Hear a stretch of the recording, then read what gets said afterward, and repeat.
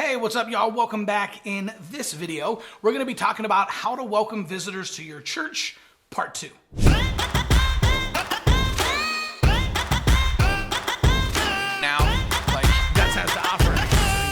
Hey, what's up, y'all? My name's Chris Abbott, but all my friends just call me Abbo. Now, you are watching part 2 of a 2-part series on how to welcome visitors to your church. Don't worry if you didn't see the first video.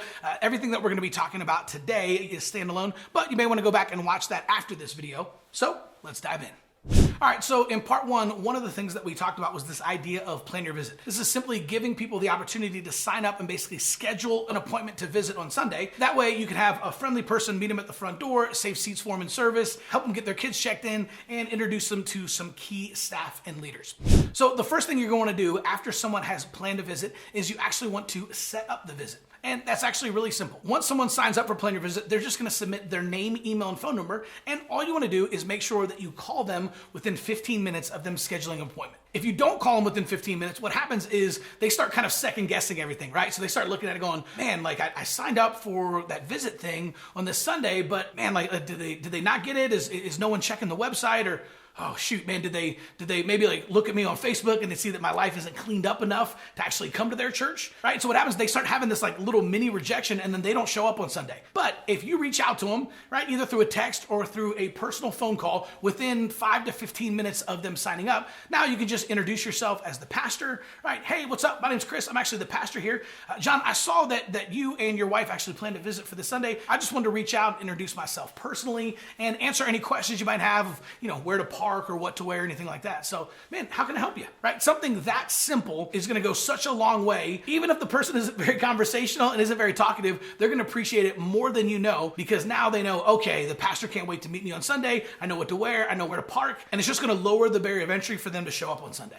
All right, number 2, make sure to send a reminder text the night before. Now, when we first started doing this at my church, one of the things that we found out is that only about 50% of the people that were signing up for Plan Your Visit were actually showing up on Sunday, right? And so Katie, who was running our Plan Your Visit ministry at the time, was doing a great job with phone calls and answering questions that people had when they signed up. But sometimes if someone signs up on a Monday or a Tuesday or a Wednesday, right, then life happens. And next thing you know, church rolls around and they either forget or they oversleep, right? So one of the things that Katie started doing is she would send a text message reminder on Saturday night, right? So somewhere around 6 o'clock or 7 o'clock, she'd just send out a text and just say like, hey, Jenny, super excited about meeting you in the morning. Can't wait to put a face with a name. Make sure to get here about 10:45 so we can get you a cup of coffee and kind of get to know you a little bit before service starts, right? That simple text message ended up taking our show up rate from 50% to 75% overnight, simply by sending a text message on Saturday night. So this is really important. Do not try to automate this. Make sure this is a personal text message from someone on staff, just letting them know how excited you are to meet them in the morning.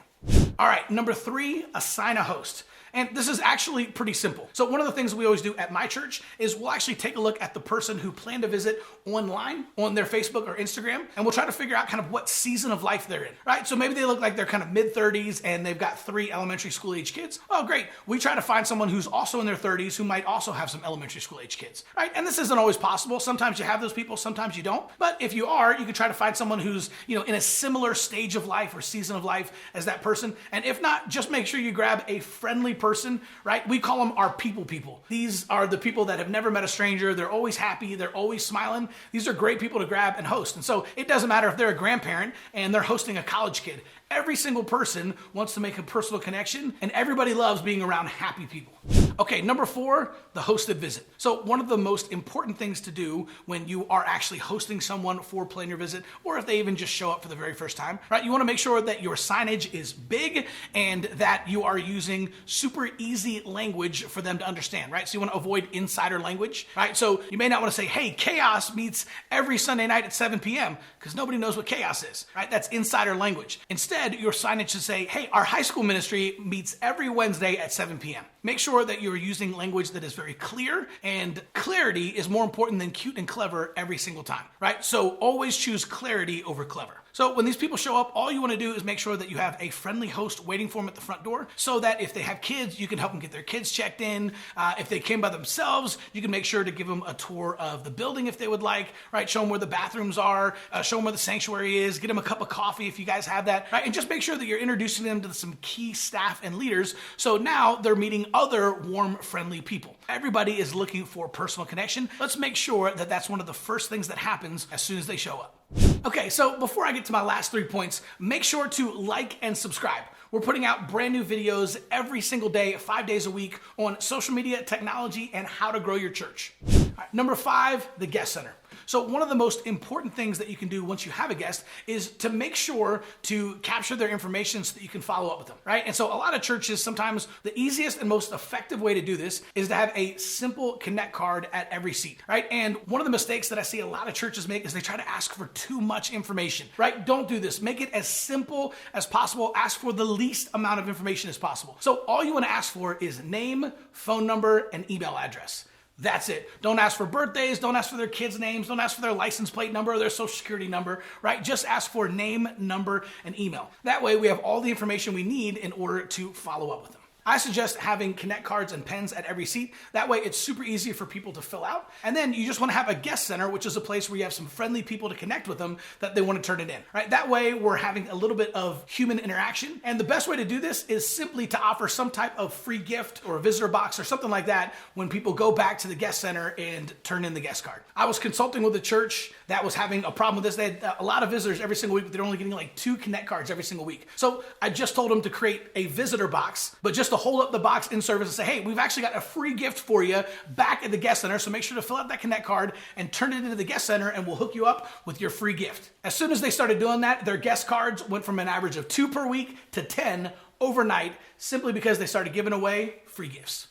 All right, number 6, follow-up. Now, my favorite way to create a follow-up system is to use text in church, right? Because here's the deal, is if you're starting to get new people every single week, then trying to remember to follow up with them every single week is gonna be crazy, right? Like you don't have time for that. You're busy, you have a ton of other things to do. And so the best way to do that is to create an automated follow-up system. And again, text in church is one of the best tools I've ever found at this. They actually have a 6-week automated follow-up system consisting of text messages, emails, and personal phone calls. All you have to do is take your connect cards on Monday morning, plug them into text in church, and then it'll automatically kick off the 6-week follow-up system. You won't have to do a thing. The entire system will do it for you. So if you guys want, I actually worked out a special deal with my friends over at Text in Church. You can click on the link in the description below and actually get 3 months of Text in Church absolutely free, just so you can try it out and see if you like it for your church.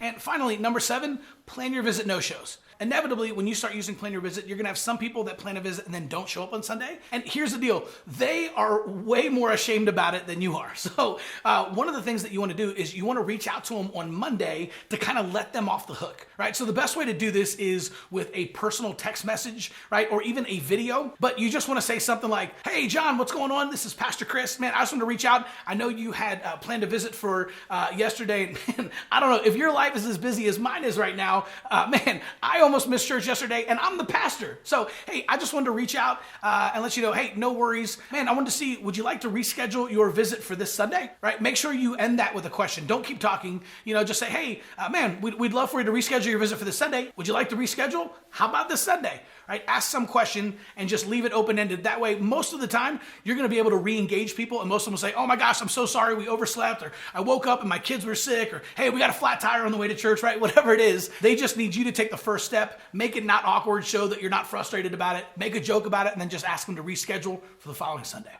So if you like this video, now that you know what to do with new visitors and how to launch Plan Your Visit, if you need help getting more people in the front door in the first place, head on over to churchgrowthagency.com or click on the link in the description below. And we have a free video that's going to talk about how to use Facebook ads and technology to get more people in the door. We'll see you soon.